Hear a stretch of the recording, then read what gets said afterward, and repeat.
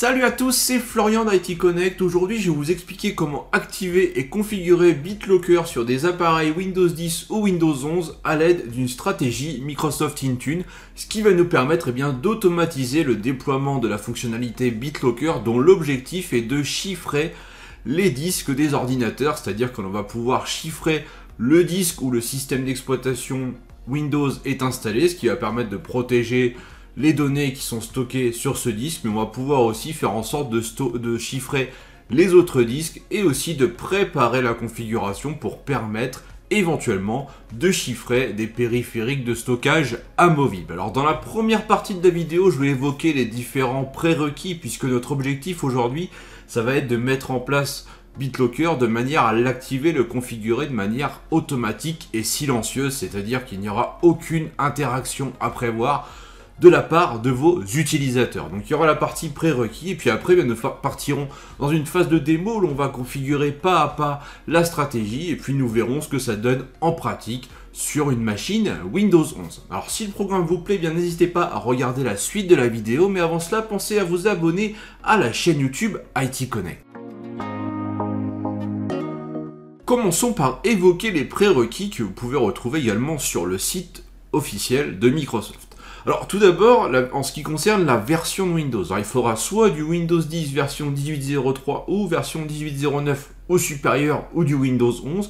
En fait, tout dépend si l'utilisateur qui utilise la machine est administrateur local ou non du PC, comme on peut le voir ici, même si nous, après, nous ferons en sorte d'autoriser un utilisateur qui n'est pas administrateur local à activer BitLocker, ce qui fait que notre stratégie pourra être appliquée sans aucun problème et BitLocker pourra se configurer en totale autonomie. Ensuite, votre appareil Windows doit être intégré dans Entra ID ou Azure AD pour reprendre l'ancien nom, c'est-à-dire qu'il doit être joint en tant que appareil Microsoft Entra Join, c'est-à-dire directement joint dans Entra ID, ou alors en mode Hybrid Join, c'est-à-dire que c'est un appareil qui est remonté dans Entra ID en mode hybride, donc par l'intermédiaire d'une synchronisation Active Directory. Et bien entendu, la machine doit être aussi inscrite dans Intune. Ensuite, au niveau configuration vraiment en tant que tel des appareils, on va avoir comme prérequis la présence d'un module TPM, donc soit du 1.2, soit du 2.0, le 2.0 étant mieux et c'est aussi un prérequis de Windows 11. Alors pourquoi le module TPM en tant que prérequis, puisqu'on peut configurer BitLocker avec un code PIN par exemple? Et bien là, c'est parce que notre objectif c'est vraiment de faire une activation et une configuration de manière silencieuse. Donc le fait d'avoir un module TPM va nous permettre de s'appuyer sur ce composant matériel pour toute la configuration et le stockage des clés de chiffrement notamment. Donc c'est pour ça que c'est important d'avoir un module TPM. Et ensuite, on a donc le mode UEFI natif qui doit être activé, on ne doit pas être en mode Legacy. Et enfin, le disque que l'on va chiffrer avec BitLocker ne doit pas être déjà chiffré avec une solution tierce.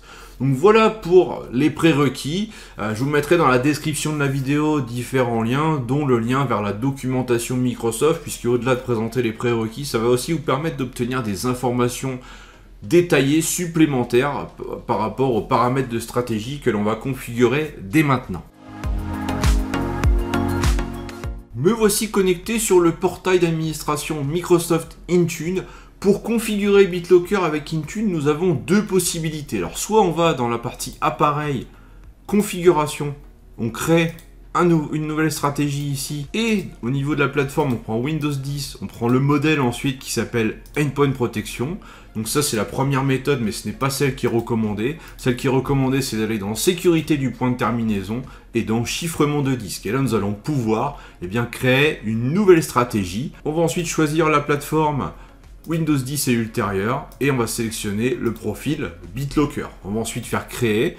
Là on va devoir créer cette stratégie. Donc on retrouve un assistant assez traditionnel dans Intune. Donc tout d'abord il faut nommer cette stratégie. Voici un exemple. Et on va passer à la suite, et là on va donc devoir configurer les paramètres de configuration. On a deux grandes sections à cet endroit. La partie BitLocker, où là c'est vraiment les paramètres globaux de BitLocker, savoir si on veut exiger ou non le chiffrement des appareils.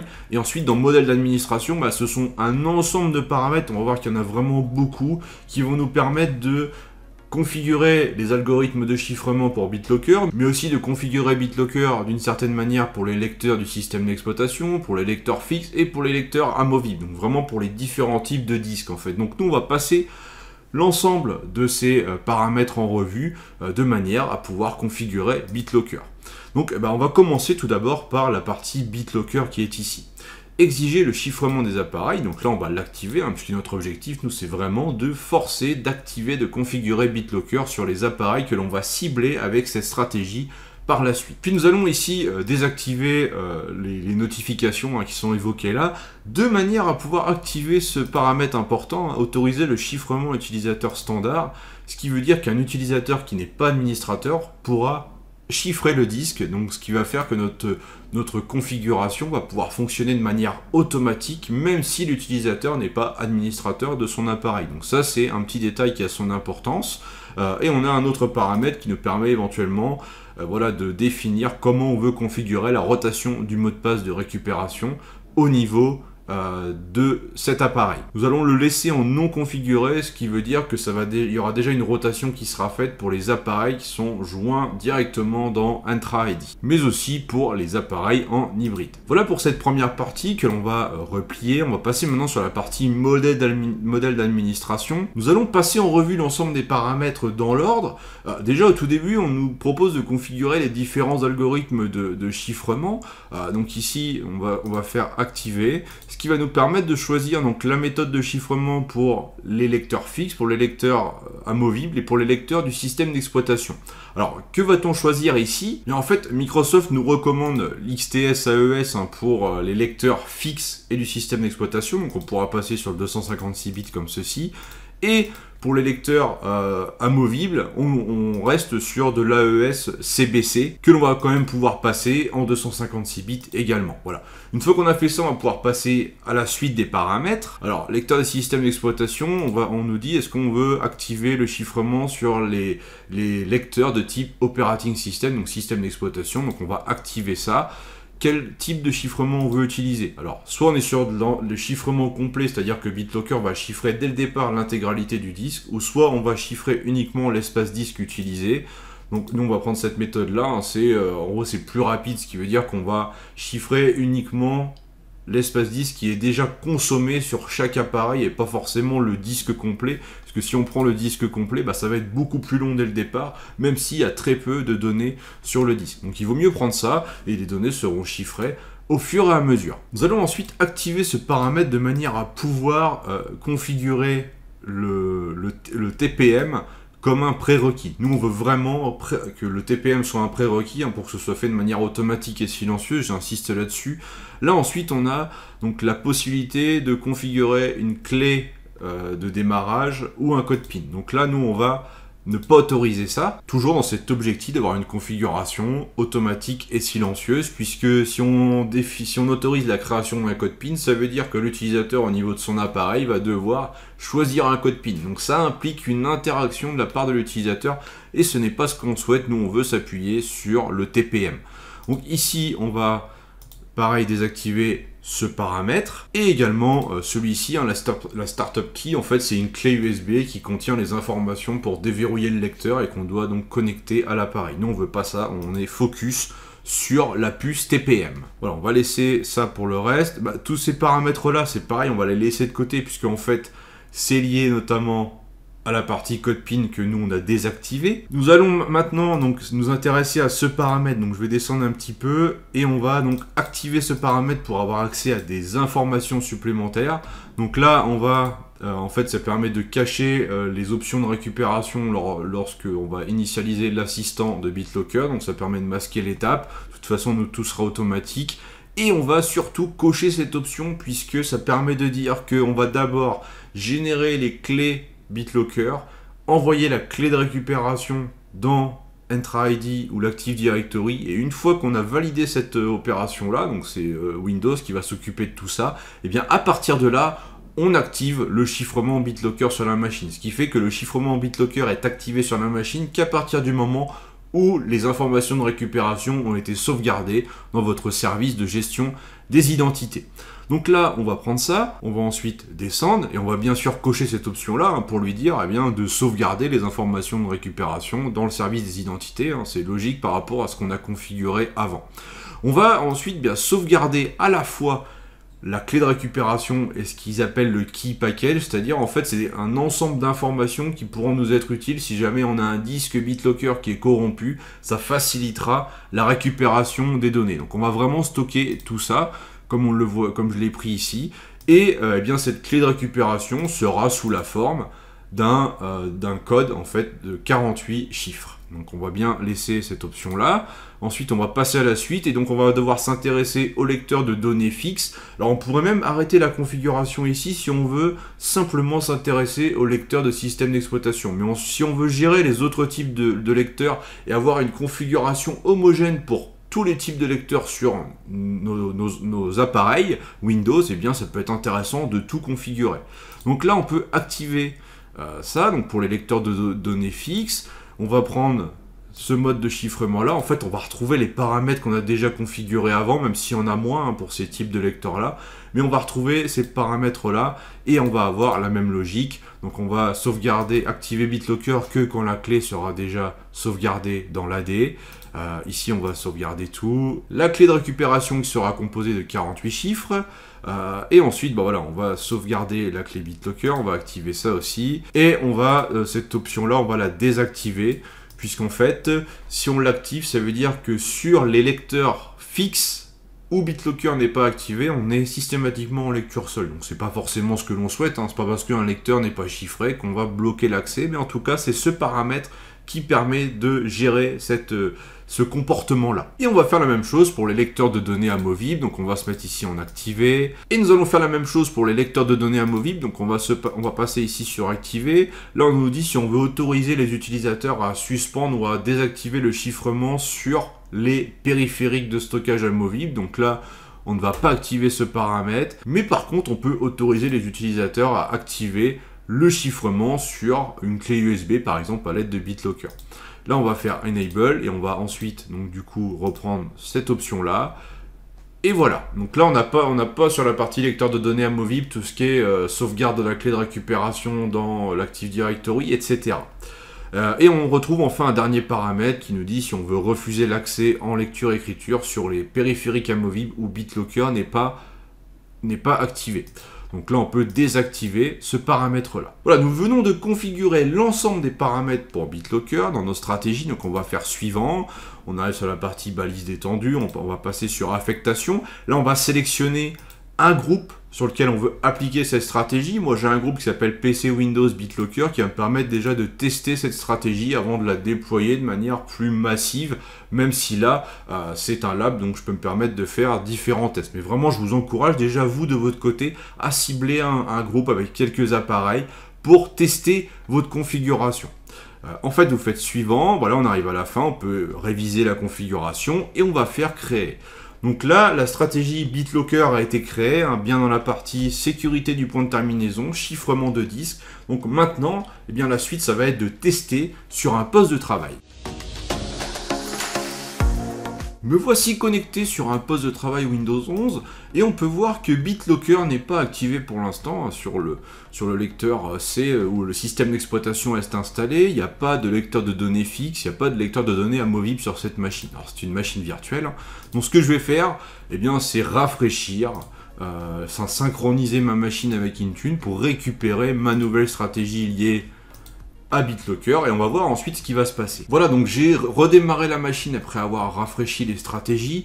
Dans la partie BitLocker, on voit bien ici un chiffrement BitLocker en cours et on nous dit même que certains paramètres sont gérés par l'administrateur système, donc c'est bien notre stratégie qui s'est déclenchée. J'ai absolument rien fait sur cette machine. Et donc ici je vais dans ce PC, je vois bien le logo BitLocker, comme quoi le chiffrement est activé et le lecteur est actuellement déverrouillé, donc on le voit bien ici. Et si on va dans l'observateur d'événements de la machine, donc on va dans le journal des applications et des services, dans Microsoft Windows, là vous allez retrouver un BitLocker API et dans le journal management vous allez pouvoir suivre un petit peu, voir ce que fait BitLocker. Et ce qui est intéressant, c'est l'événement avec l'ID 845, puisqu'il nous dit que la clé de récupération pour le volume C a été sauvegardée avec succès dans Azure AD. Donc une fois que cette opération a été faite, et uniquement une fois qu'elle a été faite, eh bien BitLocker va pouvoir se mettre en route et commencer à chiffrer notre disque. Donc on voit bien ici un chiffrement du volume C avec l'algorithme que l'on a choisi dans notre stratégie BitLocker. Donc on voit bien que ça fonctionne parfaitement. Alors maintenant qu'on a vu que le chiffrement BitLocker était actif sur cette machine, donc bah là voilà, maintenant Windows est en train de chiffrer le disque, de travailler, on va aller voir ce qui se passe du côté d'Intune et voir dans quelle mesure nous pouvons suivre le déploiement de BitLocker d'une part, mais aussi comment on peut récupérer une clé de récupération BitLocker. Donc tout d'abord, il faut savoir qu'à partir du portail Microsoft Intune, quand vous allez dans Appareil, ici vous avez le moniteur. Et dans le moniteur, vous avez un ensemble de rapports prédéfinis. Et il y en a un qui est intéressant, c'est l'état du chiffrement de l'appareil. Et quand on va dessus, on va avoir la liste des machines avec leur nom, leur système, la version du système, la version TPM, ce qui est intéressant.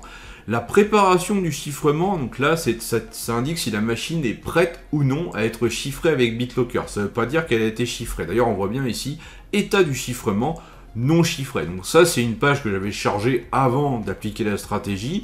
Maintenant, si j'actualise cette page-là, bon, c'est toujours sur non chiffré, mais au bout d'un certain temps, quand le chiffrement sera terminé sur mes appareils, ça devrait évoluer ici. Donc ça vous donne vraiment l'occasion de suivre le chiffrement au-delà d'aller sur les machines en elles-mêmes, de regarder ce qui se passe et de suivre l'observateur d'événements. Vous avez l'information qui remonte ici. Alors, pour récupérer les clés de récupération BitLocker, alors vous avez plusieurs possibilités. Vous avez via le portail Microsoft Entra ID, via le portail Intune, hein, on retrouve à peu près les mêmes informations pour les appareils dans les deux portails. Et ensuite, on va aller dans Windows, par exemple, dans l'appareil qui est ici, donc le premier, et je vais aller sur la gauche ici dans clé de récupération. Et dans clé de récupération, bah, j'ai un ID de clé, le type de lecteur, lecteur du système d'exploitation, et je peux cliquer sur afficher la clé de récupération, ce qui me permet d'obtenir la clé de récupération composée de 48 chiffres, hein, comme on peut le voir ici, et donc je peux copier-coller cette clé pour éventuellement, eh bien, si j'ai besoin de faire une récupération sur cet appareil. Donc on voit bien qu'elle a été sauvegardée directement dans le service cloud de Microsoft. Et si je bascule sur le portail Entra, du coup, que je vais dans Appareil, donc dans tous les appareils, on a deux manières d'accéder aux clés de récupération. En fait, soit directement ici, clé BitLocker pré-version, donc là c'est la liste de tous les appareils, on peut faire une recherche, ou soit on clique sur un appareil, et ensuite, on retrouve ici clé BitLocker pré-version et on va retrouver les mêmes informations que l'on avait tout de suite dans le portail Microsoft Intune. Et l'autre solution consiste à aller sur cette page avec son propre compte Microsoft, c'est-à-dire que le propriétaire d'un appareil peut accéder lui-même aux clés de récupération de sa machine. Donc sur cette page, qui est un raccourci vers mon compte périphérique, je vais retrouver la liste de mes appareils. Donc j'ai mon appareil ici parce que je suis le propriétaire de cet appareil vis-à-vis du compte que j'utilise pour me connecter sur l'espace Microsoft. Et ici j'ai bien affiché les clés BitLocker, affiché la clé de récupération, et je peux donc moi-même en tant qu'utilisateur récupérer la clé de récupération de ma machine. Donc voilà, il faut savoir aussi qu'on a cette possibilité pour récupérer une clé BitLocker. Ce n'est pas forcément accessible que aux administrateurs Intune ou à ceux qui ont suffisamment de droits, en tout cas, pour aller lire ces informations dans Intune ou dans Entra.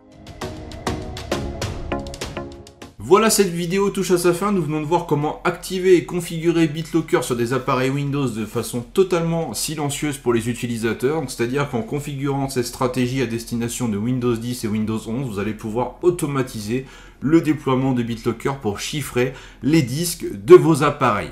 Alors le seul prérequis et la contrainte, c'est vraiment d'avoir une puce TPM dans les appareils, mais si vous êtes déjà équipé de Windows 11, cette contrainte ne devrait pas forcément vous faire peur. Attention toutefois, si vous avez plutôt des machines en Windows 10 qui n'ont pas forcément de puce TPM, donc peut-être avant, essayez de faire un tour voilà, de votre parc, de votre inventaire pour faire le point et faire un groupe ensuite dans Entra qui va contenir uniquement les machines avec de la puce TPM. Il faudra peut-être traiter les autres de manière indépendante où vous allez configurer potentiellement manuellement BitLocker sur ces machines-là.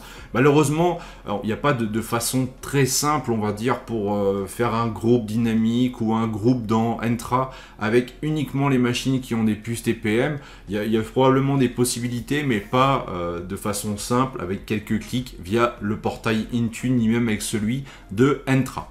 Alors en tout cas, j'espère que cette vidéo vous a plu. N'hésitez pas à liker, à commenter et à partager au maximum. Et je vous dis à très vite. Ciao.